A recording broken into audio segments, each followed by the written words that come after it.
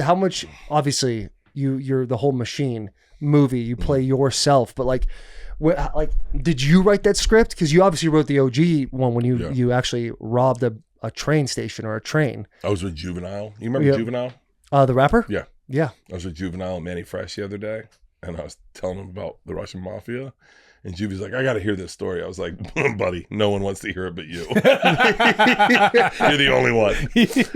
No, I was very hands-on in the in writing the script. I would take, the very first day of writing, I rewrote the entire opening scene, and so I rewrote a lot of it. I was very hands-on. It's also a little tricky because when we got in there, I didn't really have to memorize anything because I was also so a part of writing it. Mm-hmm. And then, but I would rewrite scenes and then bring them in, and then Mark Hamill would lose his fucking mind. Why would he lose his mind? Because you're not supposed to just rewrite a scene and then bring it in that day and go, all right, guys, new sides, everyone. Let's all get up to speed. He would get pissed off. He was like, I was up all night learning this fucking scene for our job today. He goes, you can't rewrite shit. And I was like, oh, sorry. Yeah, because it's happening anyway. Yeah. What was it like working with Jimmy Tatro? Oh, I fucking love that dude. He's the man. He's awesome, isn't he? Fucking love him. He makes me laugh. So like, there's a couple people in this world that see me the way my sisters see me. Like, I'm ridiculous. I am ridiculous. But certain people just, I don't know. Jimmy Tatro and Nate Bargatze are two people who see me the way my sisters see me. And Jimmy he made me laugh so fucking much. I'm just a ridiculous person. And he told me a secret. He goes, hey, can I tell you a secret? And I was like, yeah. I go, I'm not good with secrets. He goes, well, I got to tell you this. So he tells me a secret. And then I picked up my phone and I called someone and told them his secret in front of him. And he goes, what are you doing? I said, what? He goes, I just told you not to tell anyone. And I was like, no, I know, but I'm telling Kale. And he goes, no, that was the whole idea of me telling you. But like, and he made that guy, he gets me. Him and Nate Bargatze, for whatever reason, if they ever meet each other, they will get along so well. Mm-hmm. But yeah, Jimmy, I fucking love him like a brother. Nate crushed it on SNL. Dude, murdered. Crushed it on SNL. Nate's funny in a way that, like, I don't know. It's so effortless. It's like, right? I think Nate's one of the funniest human beings alive. He is fucking funny, man. That George Washington skit was hilarious. God. Hilarious. Yeah, his tone, his timing, he's really funny. I was at the Ryman last night, and me and Nate and Ari Shaffir were at the Ryman probably 10 years ago. We were watching Angela Johnson perform. None of us were selling any tickets anywhere. And Nate was like, one day that'll be us. And I was like, no fucking way. And he was like, no, we'll all get here. And Nate's like, I'll get here. And I was like, I'll never get here. And I remember saying out loud, I was like, because Angela Johnson has the nail salon. Mm-hmm. I said, give me one nail salon bit. I'll tell it for the rest of my fucking life if it'd get me on that stage. And then that was the machine. And the machine happened. Yeah. Yeah. Yeah. Were you surprised at how much the fans loved your movie? Or did you know it was going to be awesome? No, I thought, I'll tell you, no, I knew it was a good movie. I knew it wasn't going to be what people expected. I knew it was an action movie and it was like fun. It was fast paced. I knew all that. I knew people would like it. I didn't know it was going to do as well as it did on Netflix. What I was not prepared for was any sort of negative stuff. I just was like, critics tore it apart. Oh my God, they hated it. And I talking about hitting you with a golf cart and then running no one you sit you down over. and be like, hey, there might be a situation where people don't like the movie and they're going to say negative things. I was so blindsided by that. I was so blind. I was like, well, yeah, I made a movie. I'm not supposed to make movies. Just like, what wouldn't you like about it? And they're like, it bombed in the box office. And I was like, well, yeah, everything's bombing. Like, I was so oblivious that Tommy said to me, he's like, how you doing with the release of the movie? I was like, great. He was like, really? I was like, fucking amazing. He was like, Tommy's like, check out this Reddit page. Yeah. Tommy showed it to me, and I burst go, your bubble, but there's all this. I was like, why would they say that? And he was like, you put out a movie, man. People aren't gonna like it. And I was like, hold on, wait, because no one ever says shit about your specials. Like, your specials just do well. Yeah. I remember, dude. This is how oblivious I am to things. I remember. I won't say his name, but there was a comic. I'll say his name. Just edit it out. He put out. Don't pull up the Rotten Tomatoes now. Get me another fucking Twisted Tea if you got that up on the thing. So he had put out a trailer for his special, and it was getting slammed in the comments. And I remember I was traumatized by it. I was like, whoa. This can happen? I was like, what do you mean? Why would people not like your stand-up? Like, just don't watch it. It's not for you. I was so caught off guard because like negativity wasn't like, you never saw negativity. Like you just didn't. It's like you did a podcast and like, yeah, you got backlash if you said something bad, but like everyone was always on your side. When that movie came out, man, there were people that hated me. And I was like, what? How are they going to hate you for it though? I don't understand hating you. I don't know. Not liking the movie is one thing. I think What were they hating about it? Just me. I think. I don't know. I think the fact that I was like, I think that probably the promotion of it, I don't know. I was so oblivious. I had such blinders on in that whole period of my life that I was just moving as fast as I could forward in everything. Like in this time, I had a special come out. I had this come out. I had a European tour. I had an Australian tour. I had so much going on that I just was like, I don't know. Everything was in front of me. It's like driving in New York. I just looked in front of me. I never looked behind me. Mm-hmm. And then when this came out and Razzle Dazzle did well, I had an arena tour. Like I had all this shit going on. That was the first time I was oblivious to it too. I remember having breakfast with Christy Mack and her boyfriend in Beverly Hills in a beautiful hotel, getting drunk that morning, smoking a cigar in my car, being like, fucking, the world's my oyster. Yeah. And then I saw Tommy in Austin. I was still on cloud nine. And he's like, how you doing? I said, great. He's like, how's the movie? I said, fucking awesome. It's great. He was like, you sure? I was like, what? He was like, damn it, Tom. Some people don't like it. And I was like, what? Who? He was like, I don't know. It's people. And I was like, what do you mean? He was like, I don't know. Like, take a look at this. And I was like, what the fuck, Tom? Why would you show that to me? And he was like, I don't know.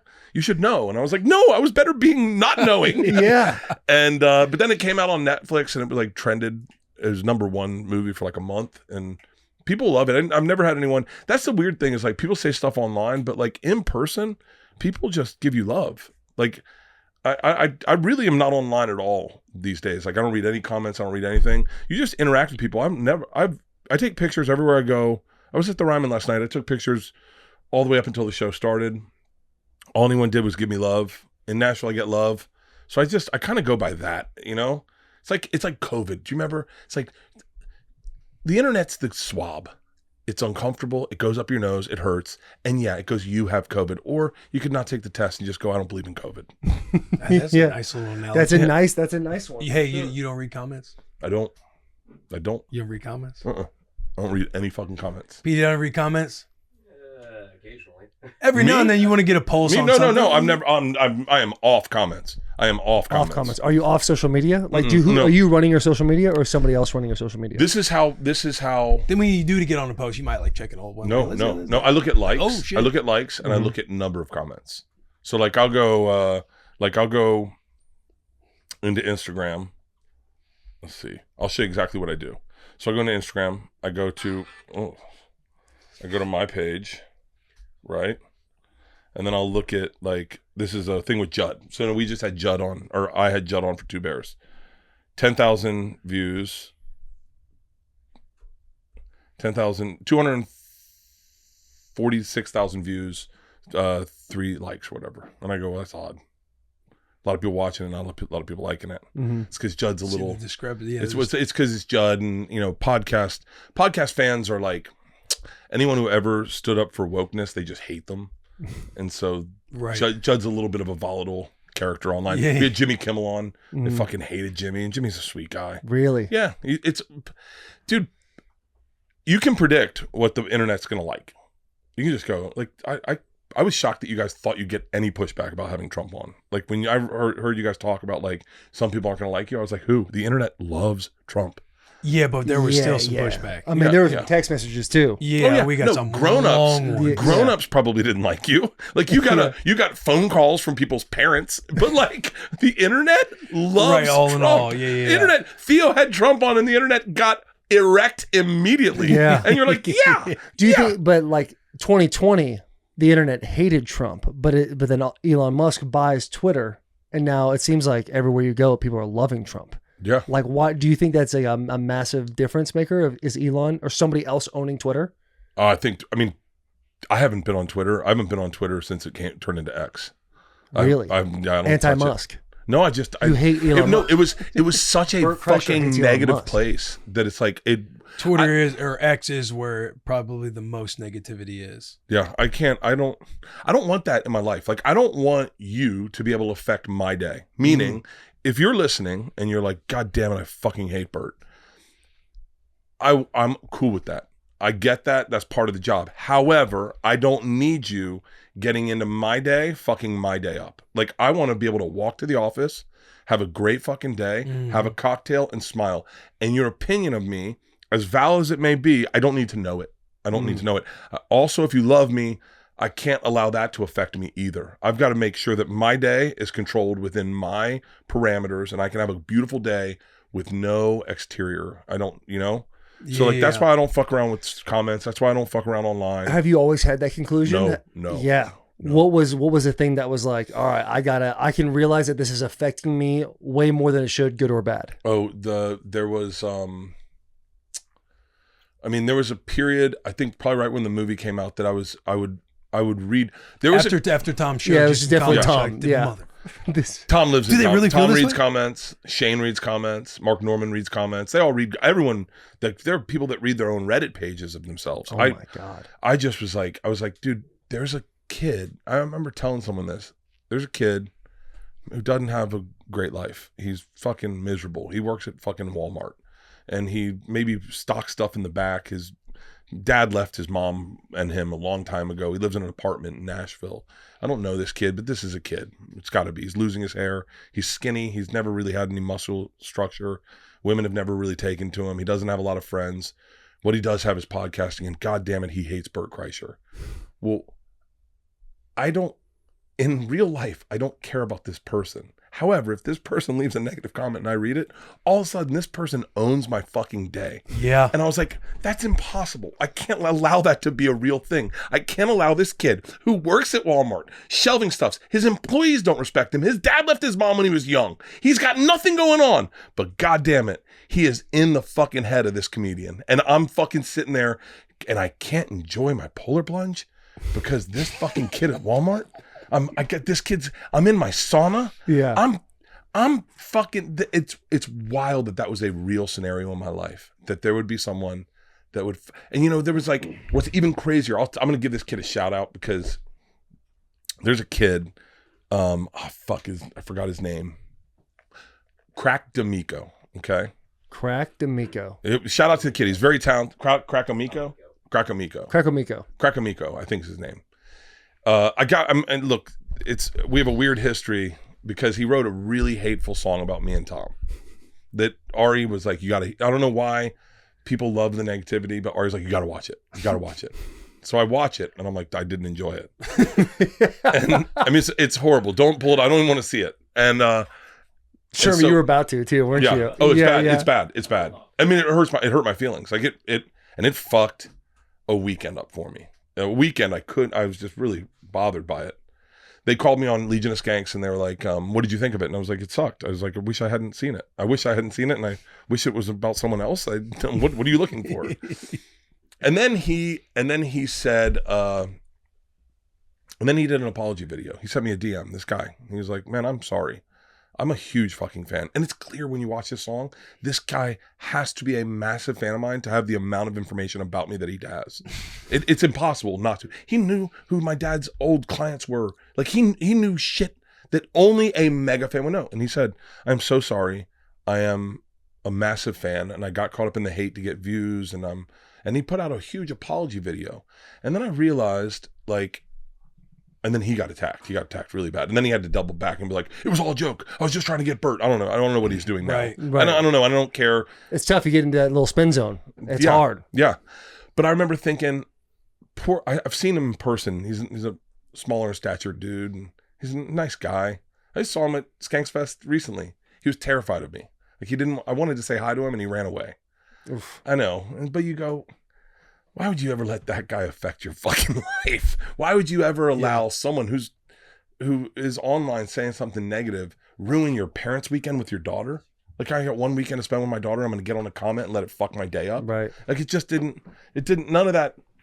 That's why I don't fuck with comments. And the positive ones are they don't.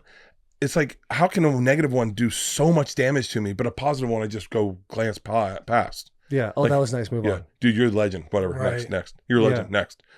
Dude, you're my favorite comedian. Okay, whatever. Oh, you're a fat fuck who tells the same story over and over again. God damn it. Like, what the let me spend some time on this one. Yeah. Yeah.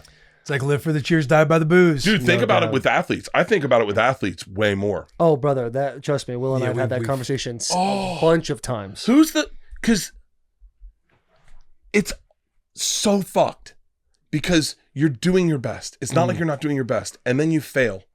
And then your whole city hates you. And then the next week, you got to go out and try to win again for the people that fucking hate you. Right. Yeah. Fuck off. Yeah. Fuck off. This great photo to pull up. Deshaun Watson this weekend tore his Achilles and people Are cheering about it. happy about it.